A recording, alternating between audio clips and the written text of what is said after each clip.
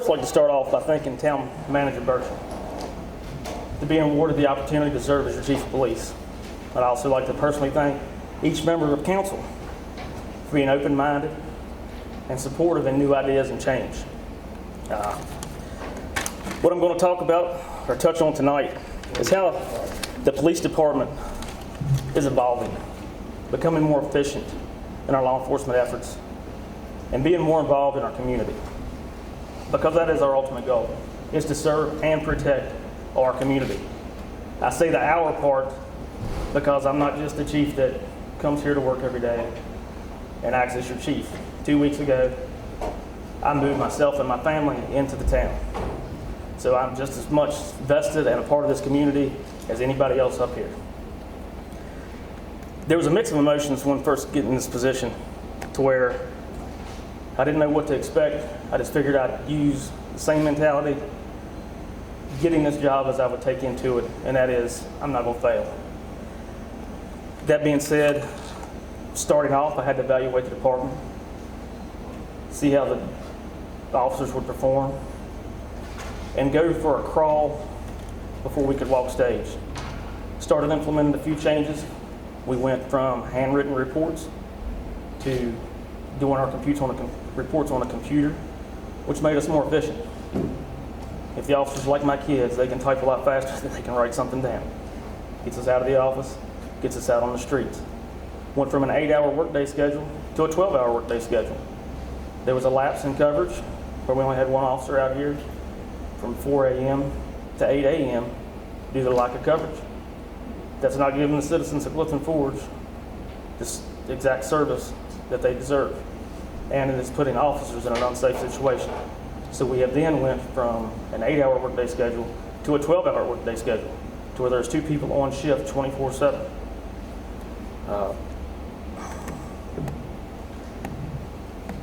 Policy.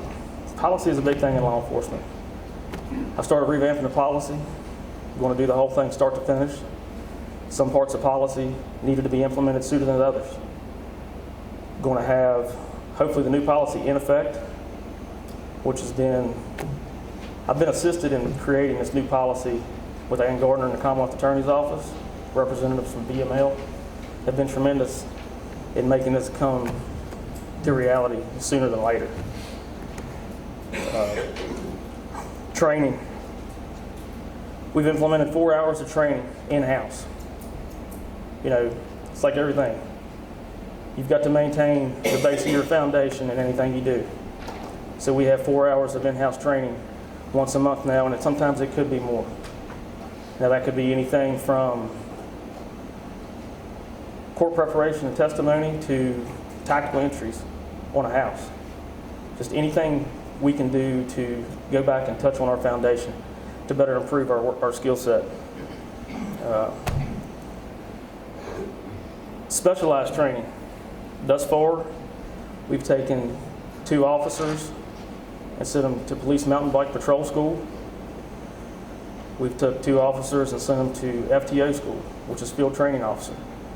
Once the recruits get out of their basic law enforcement or graduate from basic law enforcement, they're put with an FTO for a minimum of 80 hours before they can actually receive their state certification in law enforcement.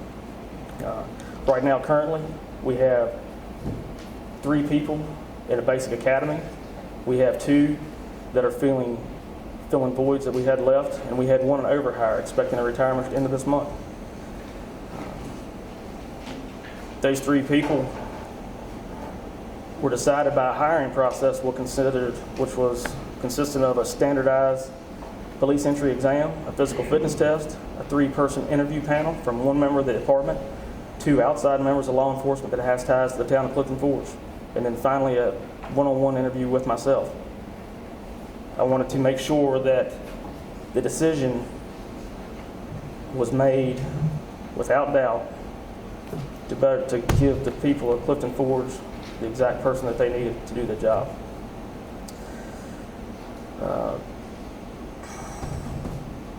Community policing.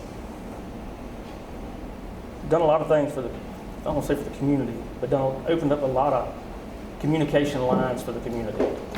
Entire month of April, We conducted a door-to-door canvass where either we talked to or attempted to talk to everybody in town, went knocked on everybody's doors.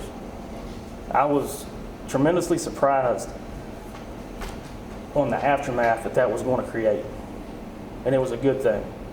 Right now we have people coming into our office wanting to tell us stuff that's going on. We have people that'll call the office and want to speak to the officers that actually come to their house on that canvas. During that time, one person in particular, Mr. Johnson, thought that we should take it above and beyond what we was doing and had a cornhole tournament. Wanted, I guess, the citizens to see law enforcement with our hair down, or without it, one of the two. And it was good. The people of the community, people outside of the community got to see us, got to interact with us. Mr. Mayor lost a bet during that time. We raised money for a local park. So I mean that was good. Then we had the Easter egg hunt. Vice Mayor Marshall and Mayor Irvin both attended. The turnout was great. I don't have a head count, but I've never seen 1,000 Easter eggs go so fast. So it's little things like that, and it's things that I have, Miss Marshall has came to me about with ideas in the future that we can work on. These officers we're short-staffed right now. And the numbers that we're producing in 5 months, starting from March 1st to March 31st, is either halfway or has surpassed our 2018 numbers for the entire year in 5 months. You know, I've got officers that have been coming in on their time off, working on the relocation of the new PD. And as you've seen tonight, I think a lot of people take for granted the dedication of these officers. But I set standards. I have been immensely surprised on how the officers have met these standards. They have made my coming here a lot easier. We've got a lot more stuff coming down the pipe. I don't want to overfill my plate right now, but like I said, y'all have been very supportive. The community has been very supportive. Got to work with the Stars and Stripes Committee, the 4th of July event, and it's just good to see not only the officers, but members of the community that take pride in this town.